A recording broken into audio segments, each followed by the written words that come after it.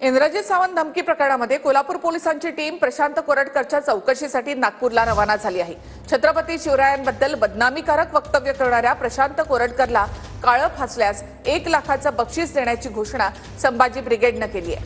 बहुजन मुलांनी ठरवलं तर कोरटकर रस्त्यावर फिरू शकणार नाही असा इशारा जितेंद्र आव्हाडांनी दिलाय।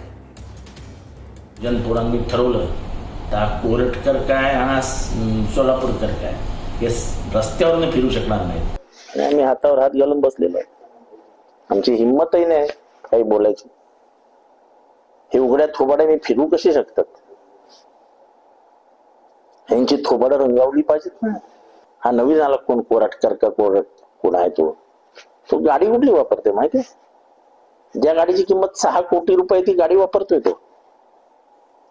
तरी गाडी अजून रस्त्यावर फिरते कशी? ती जळली कशी नाही अजून? कोरटकराला जो काळं फासेल किंवा त्याला दिंड काढेल त्या व्यक्तीला 1 लाख रुपये संभाजी ब्रिगेड रोख रकमी त्या व्यक्तीला आम्ही देणार म्हणून कालच आम्ही डिक्लेअर केलेलं आहे। मी रात्री कोल्हापूरच्या एसपीशी बोललो या संदर्भात।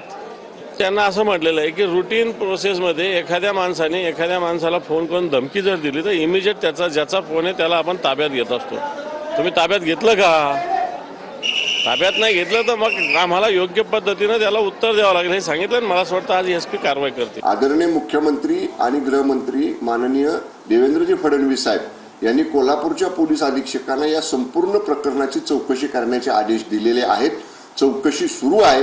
त्या चौकशीमध्ये यामध्ये कुणी फोन केला, कुठल्या नंबरवरनं केला, तो फोन सायबर सेल मार्फत असेल किंवा बाकी कॉल डिटेल्स ज्या काही सगळ्या घेतल्या जातात पोलीस यंत्रणेमार्फत त्या मार्फत घेऊन जो कोणी याला जबाबदार असेल त्याच्यावर पोलीस चौकशीनंतर निश्चितपणाने कारवाई होईल।